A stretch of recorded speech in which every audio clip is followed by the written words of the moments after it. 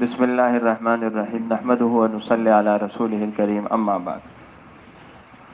آپ کے اصل استاذ تو حضرت مولانا محسن گلزار صاحب دامت برکاتہم ہیں، جو ان کا ابھی سبق آپ نے پڑھا تھا، اور وہی انشاءاللہ آپ کو تسلسل سے پڑھائیں گے۔ میں آپ حضرات سے ایک دو باتیں مختصر سے عرض کرتا ہوں، پھر مولانا ہی انشاءاللہ اپنا باقیہ سبق شروع کرائیں گے۔ سب سے پہلی بات تو یہ ہے کہ اللہ تعالیٰ نے قرآن اور حدیث ہی کو ہدایت کا سرچشمہ بنایا ہے اور منبع ہدایت بنایا، اور قیامت تک جتنے علوم ہیں اور رہنمائی کی جتنی چیزیں ہیں، یہ سب قرآن و حدیث ہی سے مستنبط کی گئی ہیں۔ اور اللہ تعالیٰ جزائے خیر دے محدثین کرام کو، فقہائے اعظام کو، حضرات اصولیین کو، جنہوں نے ہمارے لیے قرآن و حدیث سے نکلے ہوئی ہدایات کو اور علوم کو سمجھنا کچھ آسان کر دیا۔ محنت ان کی ہے، انہوں نے ہمارے سامنے ایسے اصول اور ایسے قواعد مدون کر کے رکھے، مرتب کر کے رکھے کہ جس کی روشنی میں ہمیں یہ معلوم ہو گیا، اس کو پڑھنے کے بعد، اس کے مذاکرے کے بعد، کہ قرآن اور حدیث سے علوم و فنون کیسے مستنبط کیے جاتے ہیں، اس کا ایک طریقہ کار کیا ہے۔ یہ الگ بات ہے کہ استنباط کا حق پھر بھی ہمیں نہیں ہے، یہ حق صرف ان مجتہدین ہی کے پاس ہے جن کے پاس اس کا ملکہ ہے، ان کے اندر خوف خدا تقوی اعلیٰ درجے کا ہے، نفسانیت نہیں ہے، اور وہ صلاحیت ہے، وہ بصیرت ہے، وہ استعداد ہے، جس کی بنیاد پر وہ براہ راست قرآن و حدیث میں غور کرتے ہیں، اور جو اصول مدون کیے گئے ہیں فقہ میں اور حدیث میں، تفسیر میں، اس کی روشنی میں قرآن و حدیث سے علوم نکالتے ہیں۔ اصول حدیث اور اصول فقہ کے جو علوم ہیں اور جو قواعد ہیں، وہ اسی لیے مرتب کیے گئے ہیں تاکہ قرآن اور حدیث سے ہر دور میں، ہر زمانے میں اس وقت سے متعلق رہنمائی، ہدایات، مسائل، فروعات کا استنباط آسان ہو، کیونکہ اصول مرتب کر دیے گئے۔ آپ کو پتہ ہے جب کوئی قاعدہ بن جاتا ہے تو اس قاعدے کے تحت سینکڑوں نہیں، ہزاروں، لاکھوں جزیات آ سکتی ہیں۔ قاعدے کے اندر بڑا توسع ہے، بڑی گنجائش ہوتی ہے، اور وہ قاعدہ ہر زمانے پر اس زمانے کے حساب سے منطبق ہوتا ہے۔ تو ہمارا دین اللہ تعالیٰ نے آفاقی رکھا ہے، عالمگیر رکھا ہے، اور قیامت تک کے لیے رکھا ہے۔ اس کا ایک مظاہرہ اور اس کا ایک ثبوت یہ اصول اور قواعد ہے۔ اگر یہ اصول اور قواعد نہ ہوتے تو آپ مجھے بتائیے آج کے دور کے جو مسائل ہیں ہم قرآن و حدیث سے کیسے نکالتے؟ لازماً تحریف ہوتی، گمراہی ہوتی، اور یہی وجہ ہے کہ آج ایک طبقہ ہے جو براہ راست قرآن و حدیث میں غور کر رہا ہے، اس کے سامنے وہ اصول نہیں ہیں، وہ قواعد نہیں ہیں جن کی روشنی میں مسائل نکالے جا سکیں، تو سوائے الحاد کے اور تحریف کے کچھ نہیں ہے۔ دین کے نام پر لوگوں کو دین سے ہٹایا جا رہا ہے، بہکایا جا رہا ہے، جو سخت ترین گمراہی ہے، خطرناک ترین۔ ایک آدمی دین کے خلاف کوئی کام کرے اور یہ سمجھے کہ یہ کام غلط ہے، ایک یہ کہ نہیں، وہ کام صحیح سمجھے، اس کو دین سمجھ کر کرے، یہ خطرناک۔ اسی کی ایک شکل، اس کا ایک پہلو بدعت بھی ہے جو اعتقادی بھی ہوتی ہے، عملی بھی ہوتی ہے۔ اسی کا ایک پہلو الحاد بھی ہے، اسی کا ایک گوشہ تحریف بھی ہے۔ تو آج کے دور میں دینی مدرسے سے منسلک دینی ادارے سے منسلک کسی بھی طالب علم کو جو خاص طور پر درجہ علیہ میں پڑھ رہا ہے،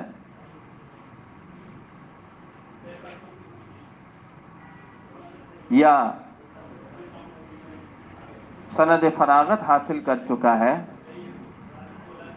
اس کو ان اصول اور قواعد سے بہت درجے کی مناسبت ضروری ہے،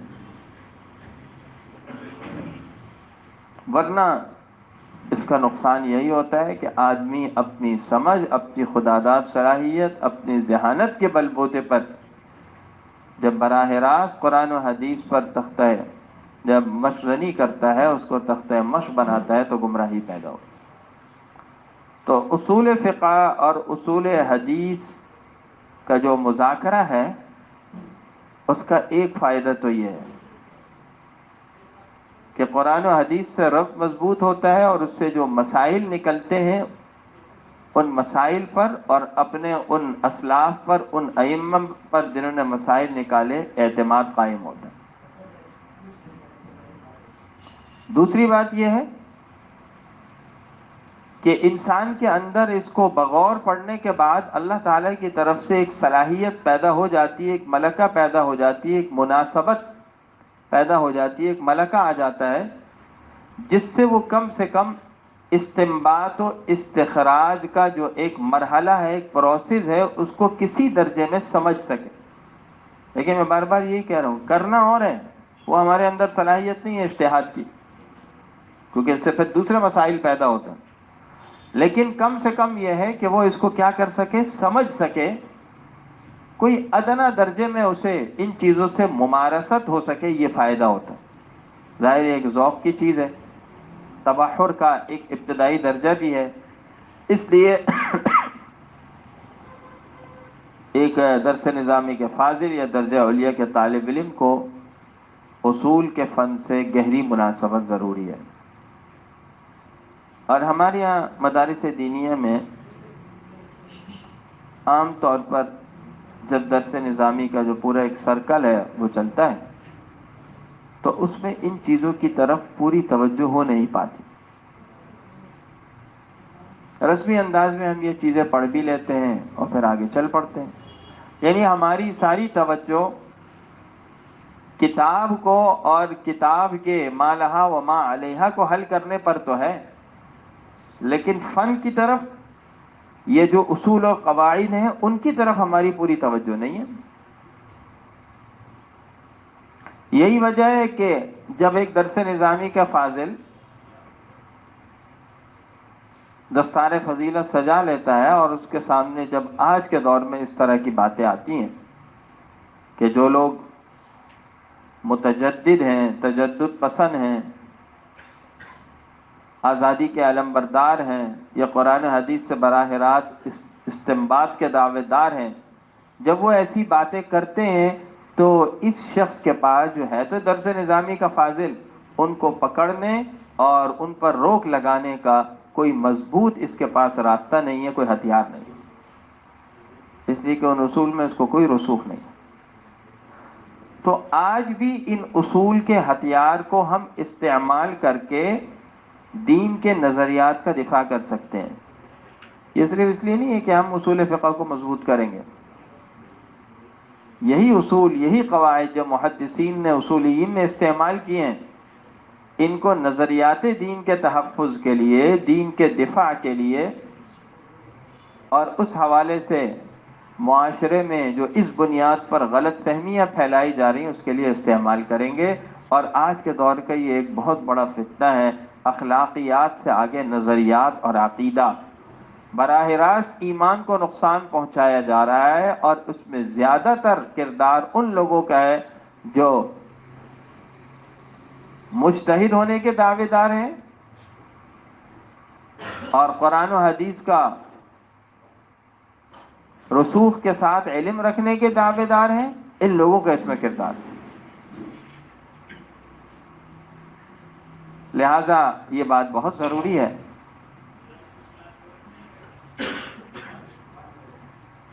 کہ ہمیں اس فن سے مناسبت ہو اور مضبوط درجے کی مناسبت ہو، مجھے امید ہے کہ اگر آپ حضرات نے محنت کے ساتھ، تسلسل کے ساتھ یہ دن گزارے اور اس کو پڑھا، الحمدللہ مولانا کی ایک خصوصیت ہے کہ اس کو پریکٹیکل انداز میں بھی پھر کراتے ہیں۔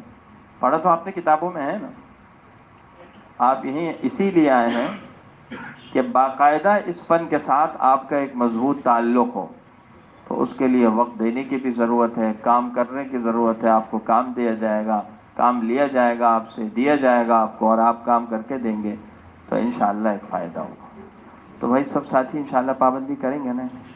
آپ تو بڑے بڑے علماء کرام ہیں، ہم تو طالب علم ہیں آپ کے سامنے، ماشاءاللہ دیکھو نا، 20 سال 23 سال پرانے فاضل، آپ بھی اور بھی پتہ نہیں کہ میں تو خود طالب علم، آپ کو کیا پڑھاؤں گا، مجھے آتا جاتا بھی نہیں ہے، لیکن الحمدللہ آپ آئے ہیں تو مجھے امید ہے اللہ کی ذات سے کہ فائدہ ہوگا انشاءاللہ۔ اور علم حاصل کرنے کا موقع تو ساری زندگی کا، من المہد الی اللہ، اللہ کا بڑا فضل ہے کہ کراچی میں خاص طور پر یہ مواقع ہیں جگہ جگہ پر علم حاصل کرنے کے، علماء سے استفادے کے۔ یہ تو ایک اصولی بات ہے۔ تو میری آپ سے درخواست ہے کہ اس کو درسگاہ کا ماحول بنائیے گا، جلسے کا ماحول نہیں بنانا۔ جلسہ تو سمجھتے ہیں نا، جلسہ شروع ہو جاتا ہے، کچھ لوگ شروع میں ہوتے ہیں چلے جاتے ہیں، کچھ بالکل آخر میں آتے ہیں، کچھ صرف نعرہ لگانے کے لیے ہوتے ہیں، وہ نعرے لگاتے ہیں، صرف ان کا کام ہی ہے یہ نعرے لگانا، سمجھ گئے؟ تو ایسا نہیں ہے، یہ درسگاہ ہے، جلسہ گاہ نہیں ہے۔ تھوڑے ہوں لیکن شروع سے پڑھنے والا۔ میں نے حضرات سے کہا ہے بھائی جو ساتھی وقت پر آئیں، وقت کی پابندی کریں، انہی کے لیے ہے، اور انہی کے لیے سرٹیفکیٹ بھی ہے، سند بھی ہے۔ جو دیر سے آئے ٹھیک ہے، آ کے بیٹھ گیا، سامع ہے، ہم القوم لا یشقی جلیسہم، لیکن باقاعدہ طالب علم وہی ہے جو شروع سے ہو، جو صحیح استفادہ کرے۔ تو ایک تو یہ کہ حاضری اور وقت کی پابندی چاہیے، توجہ چاہیے، کام چاہیے۔ بڑی قربانی سے آئے آپ لوگ، اپنی چھٹیوں کی قربانی دی، آسان نہیں۔ دوسری بات، حدیث کا مسئلہ بہت نازک ہے۔ ایک طرف احادیث کو بیان کرنے کی ترغیب بھی آئی ہے، نظر اللہ امرأ سمع مقالتی، تو الحدیث جو آپ نے پوری پڑھی ہے، حضور کریم صلی اللہ علیہ وسلم نے دعا فرمائی کہ جس شخص نے میری بات سنی، اس کو محفوظ کیا، اس کو یاد رکھا، اور پھر اسی طرح بعینہ آگے تک پہنچایا، اللہ ایسے شخص کو خوش و خرم اور تر و تازہ رکھے۔ بڑی بشارت ہے۔ اسی لیے جن لوگوں نے حدیث میں اپنا وقت صرف کیا ہے، زندگیاں لگائی ہیں، عام طور پر اللہ تعالیٰ ایسے حضرات کو ایسی بیماریوں سے، ایسی پریشانیوں سے محفوظ رکھتے ہیں جو انسان کی رونق کو کھا جائے، اور بڑی عمر میں بھی ان کے چہرے پر ایک تازگی رہتی ہے۔ تازگی زندگی کا مشغلہ ہے۔ ہم نے یاد ہے بچپن میں، میری شاید عمر 4-5 سال کی ہو، مدینہ منورہ میں ہوتے تھے ہم، تو حضرت شیخ الحدیث مولانا محمد زکریا کاندلوی قدس اللہ سرہ کی زیارت کی ہے بار بار، تو ایسا نورانی چہرہ ہوتا تھا حضرت کا، ایسا نورانی چہرہ۔ شیخ عبد الفتاح ابو غدہ رحمہ اللہ، ایسا نورانی۔ ابھی شیخ محمد عوامہ جو اس وقت عالم اسلام کے بڑے محدث ہیں، 85 سال یا اس سے زائد عمر ہے، اور بالکل تر و تازہ چہرہ۔ تو علامہ قطانی نے وہ شعر لکھا ہے اس میں، رسالہ مستطرفہ میں شروع میں، اہل الحدیث طویلۃ اعمارهم ووجوہهم بدعاء النبی منظرہ، وسمعت من بعض المشائخ انہم ارزاقهم ایضا به متکثر۔ اہل الحدیث طویلۃ اعمارهم، کہا محدثین کی عمریں عام طور پر لمبی ہوتی ہیں، ووجوہهم بدعاء النبی منظرہ، حضور کریم صلی اللہ علیہ وسلم کی جو دعا ہے، نظر اللہ امرأ سمع مقالتی الحدیث، اس دعا کے صدقے میں ان کے چہرے تر و تازہ ہوتے ہیں، خوش و خرم ہوتے ہیں، بارونق ہوتے ہیں۔ وَسَمِعْتُ مِن بَعْضِ الْمَشَائِخِ أَنَّهُمْ، کہتے میں نے اپنے بعض اساتذہ سے، مشائخ سے یہ بھی سنا ہے، ارزاقہم ایضا بہ متکثرہ، کہ اس حدیث میں اشتغال کی برکت سے اللہ تعالیٰ رزق میں بھی برکت دیتے ہیں ان کے۔ کیسے ہو سکتا ہے ایک آدمی حدیث کے مشغلے میں ہو اور رزق کی تنگی میں رہے؟ تو بڑی فضیلت والا کام ہے، لیکن ہے نازک۔ وعید بھی آئی ہے احتیاط نہ کرنے پر، بے احتیاطی پر سخت وعیدیں آئی ہیں۔ من حدث عنی بحدیث یرا انہ کذب فہو احد الکاذبین، بعضوں نے کاذبین بھی پڑھا، کاذبین۔ اور من تعمد علی کذبا فلیتبوأ مقعدہ من النار، اسی لیے صحابہ کرام رضی اللہ عنہم میں ایک جماعت تھی جو مقلین تھی، مکثرین کی، بڑی احتیاط کرتے تھے حدیثیں نقل کر۔ حضرت زبیر رضی اللہ تعالیٰ عنہ کے بارے میں مشہور ہے، بخاری میں بھی، بہت کم حدیثیں بیان کرتے تھے۔ کسی نے کہا تو کہا میں بھی حضور صلی اللہ علیہ وسلم کے ساتھ خوب رہا ہوں، صحبت اٹھائی ہے، لیکن حضور کریم صلی اللہ علیہ وسلم کے یہ ارشاد مانے ہیں، حضور کریم صلی اللہ علیہ وسلم کے اس ارشاد مبارک کی وجہ سے میں احتیاط کرتا ہوں کہ جو حضور صلی اللہ علیہ وسلم نے حدیث میں بے احتیاطی پر وعید سنائی۔ اب ہے یہ نازک، تو محدثین نے اس کے لیے اصول مقرر کیے، قواعد مقرر کیے کہ ہم کس طریقے سے حدیث میں جو غلطیاں، جو کمزوریاں یا جو بے احتیاطیاں ہوتی ہیں ان کو پکڑیں گے، اور کس طرح حدیث کے ذخیرے کو ہم چھان کر محفوظ کر کے رکھیں گے، ایسی چھلنیاں بنائیں، باقاعدہ علوم جرح و تعدیل کے، روات کے، علم الرجال کے، اس طرح کے علوم، اصول حدیث کے، قواعد فی علوم الحدیث کے مرتب کیے۔ دوسری طرف فقہا نے بھی حدیث سے مسائل کے استنباط کا دائرہ وسیع نہیں کیا، اس کو محدود رکھنے کے لیے کہ ہر کس و ناکس خواہشات کی بنیاد پر، اجتہاد کے نام پر روز ایک نیا مسئلہ نکال لیں۔ آج یہ آوازیں ہر طرف آتی ہے معاشرے میں کہ بھائی اجتہاد کیوں نہیں کرتے؟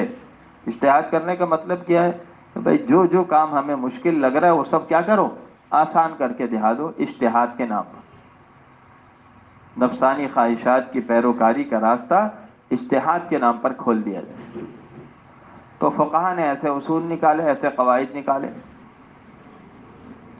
اور محدثین نے جو اصول نکالے ہیں، ظاہر ہے جس طرح فقہا میں اختلاف ہوتا ہے، آپ کو پتہ ہے اصول کی روشنی میں ہر ایک کے اپنے اپنے اصول ہیں اجتہاد کے۔ مثال کے طور پر امام مالک رحمہ اللہ کی ایک اصل قاعدہ ہے تعامل اہل مدینہ، وہ اہل مدینہ کے تعامل کو حجت قرار دیتے ہیں۔ وہ کہتے ہیں کہ قرآن کریم مدینہ میں اترا ہے، حضور کریم صلی اللہ علیہ وسلم مدینہ میں رہے ہیں، صحابہ مدینہ میں تھے، حضور صلی اللہ علیہ وسلم کے ایک ایک احوال دیکھے، مدینہ والوں تک یہ ساری باتیں پہنچی۔ اب بعد میں علماء مدینہ، اہل مدینہ کا جو تعامل ہے وہ کسی چیز پر متفق ہے تو وہ حجت ہوگا، لیکن دیگر علماء کہتے ہیں کہ نہیں بھائی، صرف اہل مدینہ کا جو تعامل ہے وہ حجت نہیں۔ امام بخاری رحمہ اللہ نے صحیح بخاری میں باقاعدہ باب قائم کیا ہے، اور امام بخاری کا موقف یہ ہے کہ اہل حرمین، اہل مدینہ تو نہیں لیکن اہل اور مکہ اور اہل مدینہ دونوں اگر کسی چیز پر متفق ہوں تو پھر وہ تعامل حجت ہے۔ اور عام علماء کی یہاں اجماع ہے، ایک مستقل چیز ہے، صرف اہل مدینہ کا تعامل نہیں، باقاعدہ اس زمانے کے جو اہل اجتہاد اور اہل فہم اور صلاح اگر متفق ہو جائیں، علماء کا طبقہ منتخب، تو پھر وہ ہے، صرف اہل مدینہ کا تعامل یہ نہیں۔ تو کہنے کا مقصد یہ ہے کہ مختلف اصول ہیں، قواعد ہیں، ہر ایک نے اپنے قواعد کی روشنی میں مسائل نکالے، اختلاف پیدا ہوا ائمہ کے درمیان، ائمہ اربعہ میں۔ اسی طرح محدثین کے یہ بھی قواعد ہیں، کچھ قواعد تو ہیں حدیث کی تصحیح و تحسین سے متعلق، جو بنیادی اور تضعیف سے متعلق، اور یہ ایک بہت بڑا مسئلہ ہے، اسی بنیاد پر فقہ اور حدیث کا ملاپ ہوتا ہے کیونکہ فقہ مسائل کا نام ہے، لیکن وہ مسائل کس سے نکالے جائیں گے؟ حدیث سے، قرآن سے۔ اب قرآن میں تو کوئی کلام ہی نہیں ہے، قرآن کا معاملہ تو ایک طرف ہے، بات آ گئی حدیث کی، اس لیے کہ قرآن تو قطعی ثبوت ہے نا، تواتر کے ساتھ ہے۔ احادیث آپ کو پتہ ہے اکثر احادیث کیا ہے؟ اخبار آحاد۔ یہ الگ بات ہے کہ خبر واحد ہونا حجت ہونے کے منافی نہیں ہے۔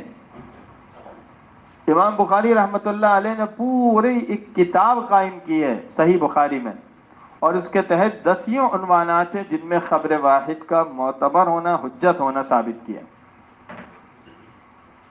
لہٰذا آپ یہ نہیں کہہ سکتے کہ حدیث خبر واحد ہے یعنی اس کے راوی متواتر نہیں ہوتے، اکا دکا بھی ہوتے ہیں تو یہ حدیث حجت نہیں ہے، نہیں۔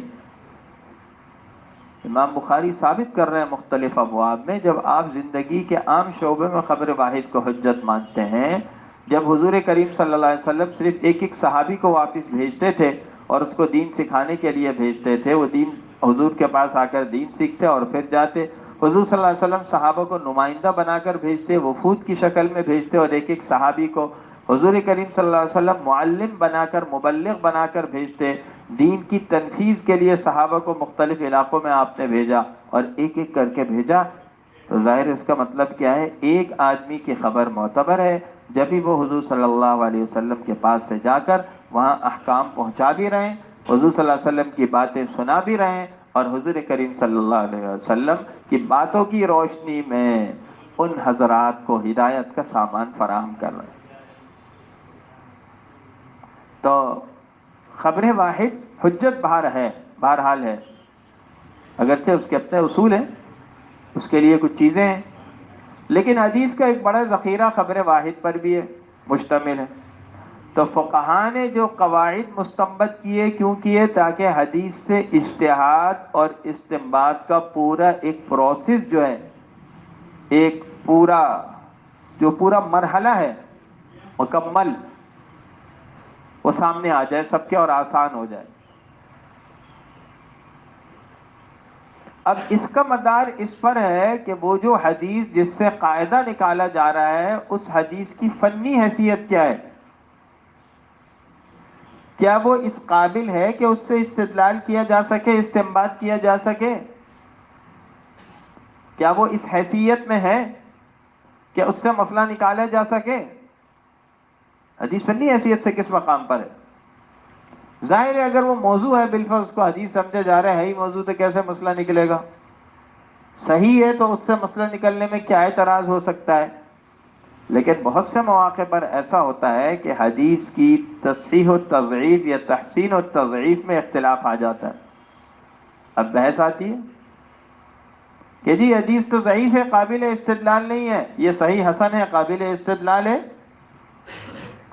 یہ ضعیف ہے تو کس درجے کی ضعیف ہے؟ کم درجے کی ہے، اس کا تحمل ہو سکتا ہے فضائل میں یا دوسری چیزوں میں، یا اس کا ضعف انتہائی درجے کا ہے؟ تو محدثین نے اصول مقرر کیے، قواعد مقرر کیے، جس کی روشنی میں یہ طے کیا جا سکے گا کہ اس حدیث سے اس طرح مسئلہ نکالنا صحیح ہے نہیں۔ لیکن بات یہ ہے کہ یہ اصول اور قواعد کس نے بنائے، کس نے نکالے؟ انسانوں نے، اہل علم نے بنائے نا، انسانوں نے بنائے نا، کہ خدائی اصول تو نہیں، اللہ کی طرف سے مقرر تو نہیں ہوئے یہ اصول اور قواعد۔ تو جب یہ اصول اور قواعد انسانوں نے بنائے تو انہی کی طرح کے دوسرے انسان، دوسرے علماء یہ حق رکھتے ہیں کہ ان اصول اور قواعد میں مباحثہ رکھیں، اختلاف کریں، حق رکھتے ہیں وہ۔ تو ایسے بہت سے مقامات آئے جہاں یہ اختلاف کھڑا ہوا، اور ایسے بہت سے مواقع آئے جہاں اصولوں کے اندر یہ اختلاف پیدا ہوا کہ ایک طرف عام محدثین ہیں جن کے یہاں یہ اصول ہے، تو دوسری طرف کون سے محدثین ہیں؟ فقہائے احناف ہیں۔ فقیہ بھی تو محدث ہوتا ہے، یہ تو نہیں ہے کہ آپ یہ سمجھیں کہ محدث الگ ہے فقیہ الگ ہے۔ فقیہ محدث کے بغیر کیسا ہوگا بھائی اگر اس کے پاس بنیادی ذخیرہ نہیں؟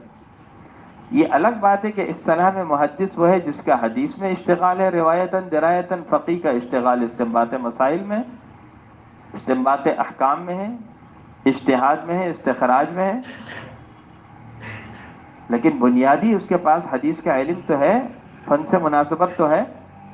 امام ابو حنیفہ رحمہ اللہ معمولی محدث تو نہیں ہے، ان کی جو شرائط ہے امام صاحب کی، محدثین نے تسلیم کیا ہے کہ یہ شرائط تو عام محدثین سے زیادہ کڑی ہیں، سخت ہیں۔ تو اس سے تو پتہ چلتا ہے کہ امام ابو حنیفہ رحمہ اللہ کے یہاں باقاعدہ اس فن حدیث کے جو اصول تھے، وہ قواعد تھے، وہ ممہد تھے، اور امام ابو حنیفہ رحمہ اللہ کی اس پر نظر تھی، صاحب فن تھے وہ حدیث میں بھی۔ فقہ حدیث کے بغیر کیسے ہوگی؟ فقہ کے لیے تو لغت بھی ضروری ہے، نحو بھی ضروری ہے، حدیث ضروری نہیں ہوگی، یہ کیسے؟ تو بہت سے مراحل ایسے آتے ہیں، ایسے موقع پر ضروری ہے کہ ایک حنفی جو ہے، فقہ حنفی کی پابندی رکھنے والا، اس کا التزام رکھنے والا شخص جو ہے، اس کو یہ بات پتا ہو، اس کا استحضار ہو اس بات کا کہ میرے یہاں احناف کیا کیا اصول ہے۔ مثال کے طور پر اگر یہ حدیث ضعیف ہے محدثین کے اصول پر، عام محدثین، تو محدثین احناف کے اصول پر یہ حدیث کیسے ہوگی بھائی؟ ان کے اصول پر یہ حدیث کیسے ہوگی؟ انہوں نے مسئلہ نکالا، عام محدثین اس کو ضعیف کہہ رہے ہیں، تو ضروری تو نہیں ہے کہ محدثین احناف بھی اس کو ضعیف کہتے ہوں۔ احناف کے اپنے اصول ہیں، اپنے قواعد ہیں، لہذا آپ اصول احناف جب پڑھیں گے، اصول فقہ عند الحنفیہ پڑھیں گے، اور حدیث اور اصول فقہ میں تطبیقی انداز اختیار کریں گے، تو آپ کے سامنے یہ پہلو بھی کھلے گا، اور آپ کو پتہ چلے گا کہ حنفیہ پر اعتراض کہ جی حنفیہ کی یہ حدیث کمزور ہے، یہ دلیل ضعیف ہے، یہ اعتراض بے معنی ہے، بے وزن ہے۔ بہت سے ایسی باتیں میں نے بتایا، یہ سب قواعد تو کیا ہیں؟ مرتب شدہ انسانوں کے، مجتہد بھی ہیں، تو بعد میں آنے والے کو حق۔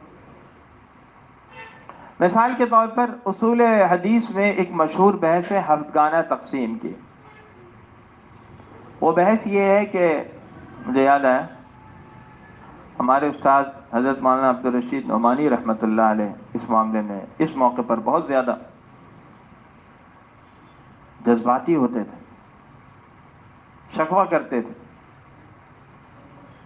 کہ یہ محدثین کے یہاں ایک بحث ہوئی اور اس کو ایک قاعدہ بنا لیا گیا، جو حافظ ابن حجر رحمہ اللہ نے بھی نخبۃ الفکر میں نقل کیا ہے۔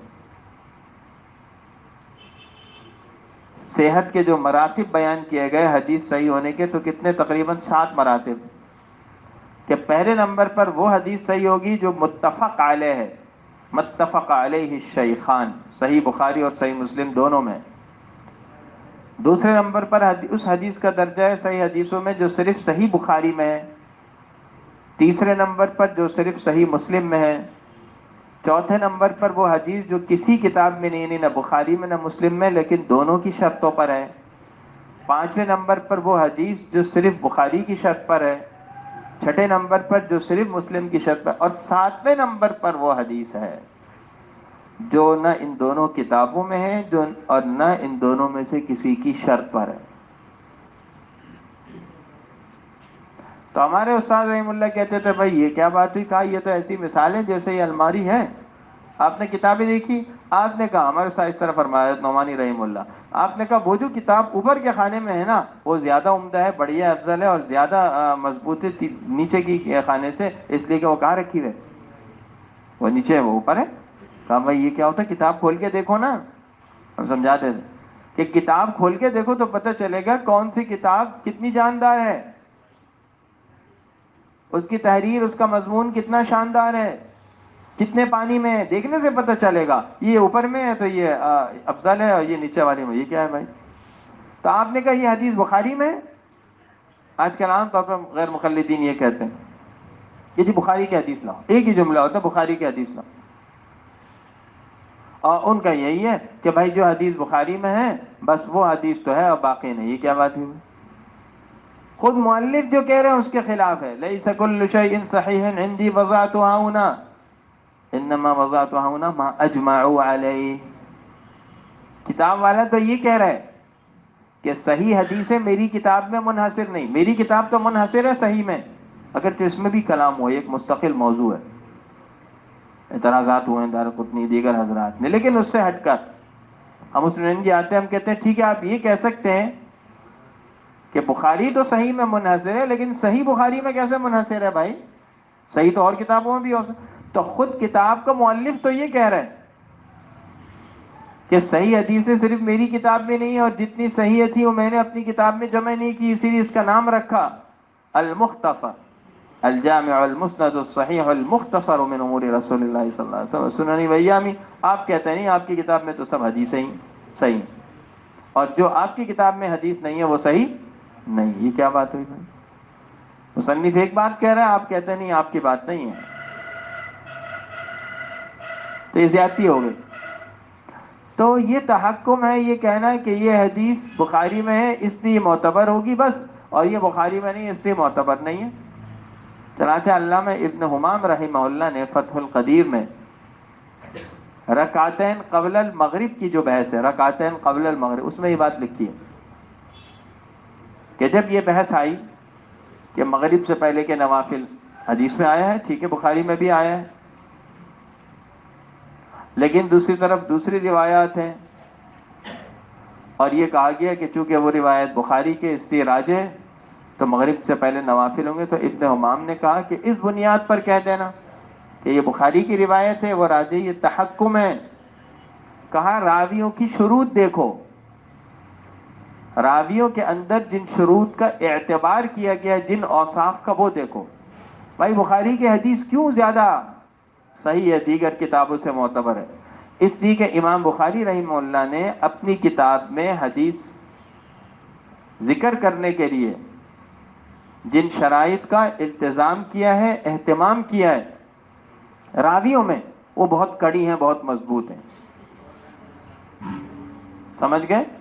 عدالت کے اعتبار سے اور ضبط کے اعتبار سے، ملازمت شیوخ کے اعتبار سے.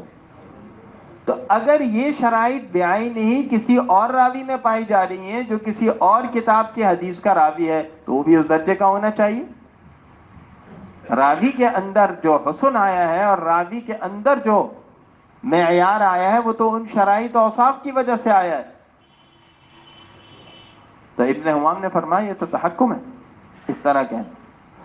بات یہاں سے چلی تھی کہ اصول، میں یہ عرض کرنا چاہ رہا ہوں کہ سب کے نتیجے میں اصول کا جو فن ہوتا ہے نا، اصول حدیث، اصول فقہ، ضرورت ہے اس پر ناقدانہ مطالعے کی، تنقیدی، تحقیقی، اس کا مطالعہ بھی ہو، اس کا مدارسہ بھی ہو، اور مقارنت کے ساتھ ہو، تطبیقی انداز میں ہو کہ جس کے اندر دوسروں کے اصول اپنے اصول کا موازنہ ہو، پھر حدیث اور فقہ کے جو اصول ہیں ان کے اندر آپس میں تطبیقی انداز. اس سے آدمی کے اندر جو ایک ملکہ ہے، جو تفقہ ہے، جو ایک سمجھ ہے، جو ہم یہ باتیں کہاں کہہ سکتے ہیں آپ اس زمانے میں، آپ یہ کہیں گے اس کے اندر جو ایک بنیادی صلاحیت ہے اس کے بڑھنے میں مدد ملتی ہے. یہ مقصد ہے اصول حدیث، اصول فقہ کے اس چھوٹے سے سلسلے کا. سمجھ گئے بات کو؟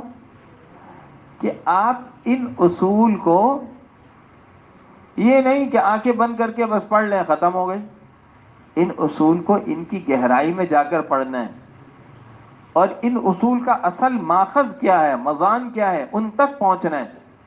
کبھی ایسا ہوتا ہے کہ ایک چیز جو اس کے اصل مضان ہیں، مواقع ہیں، یعنی ان کتابوں میں جو اس کے اصل حوالے موجود ہیں ان میں کسی انداز سے ہوتی ہے، بعد میں نقل ہو سکتا ہے کسی اور انداز سے ہو.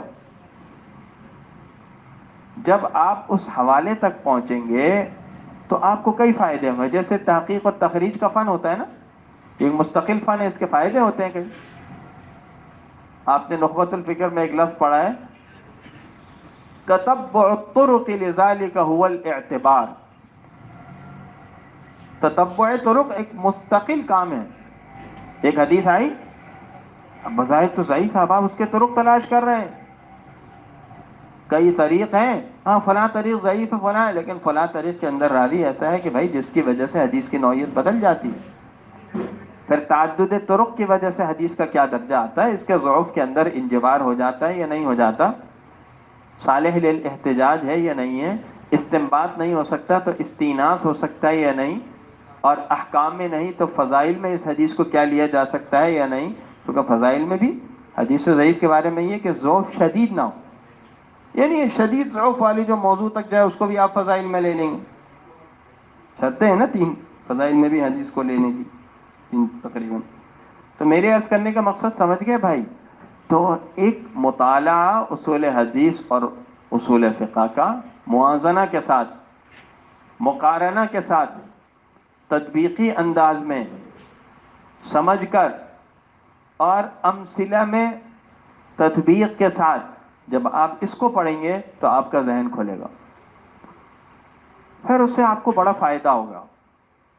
ایک فائدہ تو یہ ہوگا کہ جب کوئی مسئلہ فقہی آتا ہے تو اس میں آپ کو انشراح ہوگا کہ حنفیہ کا مسلک مضبوط ہے.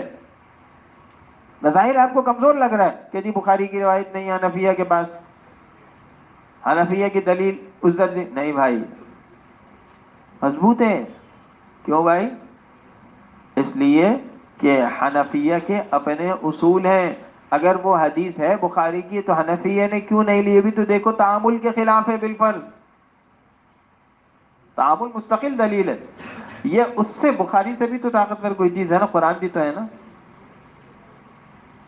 تو حدیث اپنے سے طاقتور، دوسری حدیث یا قرآن اس کے مضمون کے خلاف ہے. بے شک صحیح آیا، بخاری میں ہی آیا کہ حضور کریم صلی اللہ علیہ وسلم نے صحابی کو کہا تھا قم فصلی رکعتین خطبے کے دوران، لیکن وَإِذَا قُرِئَ الْقُرْآنُ فَاسْتَمِعُوا لَهُ وَأَنصِتُوا بھی آیا ہے، اور یہ آیت ایک قول پر خطبے کے بارے میں آئی ہے. سمجھ گئے؟ اور یہ بھی تو آیا بخاری میں دوسری جگہ، اذا قلت لصاحبك والامام يخطب انصت فقد لغوت. خطبے کے دوران اگر تم نے اپنے ساتھی کو کہا انصت فقد لغوت، یہ قول ہے، قولی روایت ہے، قولی وہ فعلی ہے. تو قولی روایت میں جب نہیں عن المنکر پر وعید ہے خطبے کے دوران تو مستحب کام کی کیسے اجازت ہوگی؟ تو حنفیہ نے جو اصول مرتب کیے ہیں وہ اسی لیے کیے ہیں تاکہ حدیث کے تمام ذخیرے کو سامنے رکھ کر کوئی مسئلہ نکالنا آسان. یہ بائیں ہاتھ کا کھیل نہیں ہوتا فقہ کہ آپ نے ایک حدیث لی.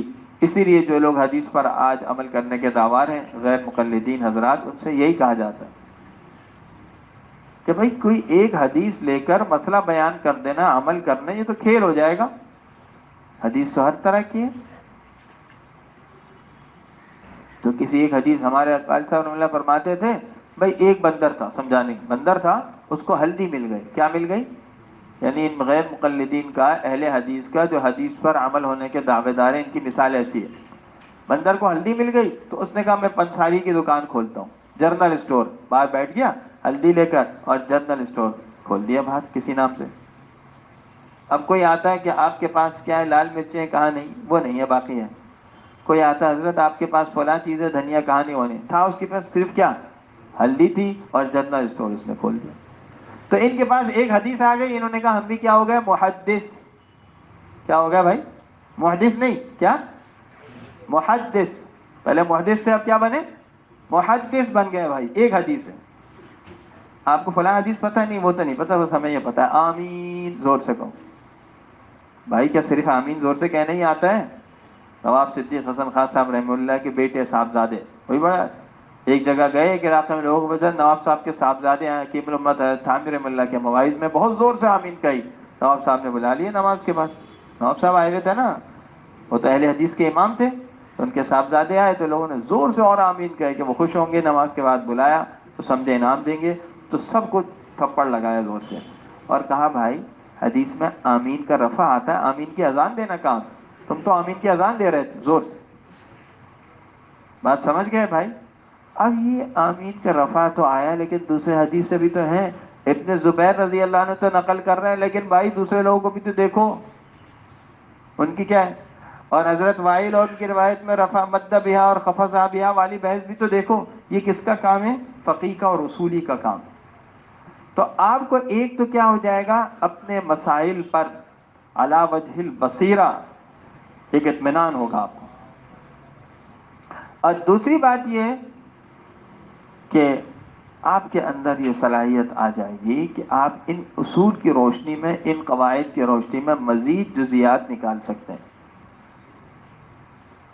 اور احناف کا جو موقف بہت سی جگہ پر آپ کو کمزور نظر آتا ہے، ان اصول اور قواعد کی روشنی میں جب آپ اس کو تطبیقی انداز میں پڑھیں گے تو آپ کے لیے انشاءاللہ اس موقف کی مضبوطی سامنے آئے گی۔ بہرحال یہ تو میں نے آپ سے ایسی تمہیداً دو چار باتیں کہی ہیں، انشاءاللہ پھر موقع ملے گا آگے کبھی تو کسی دن انشاءاللہ کوئی اور ترتیب دیکھیں گے۔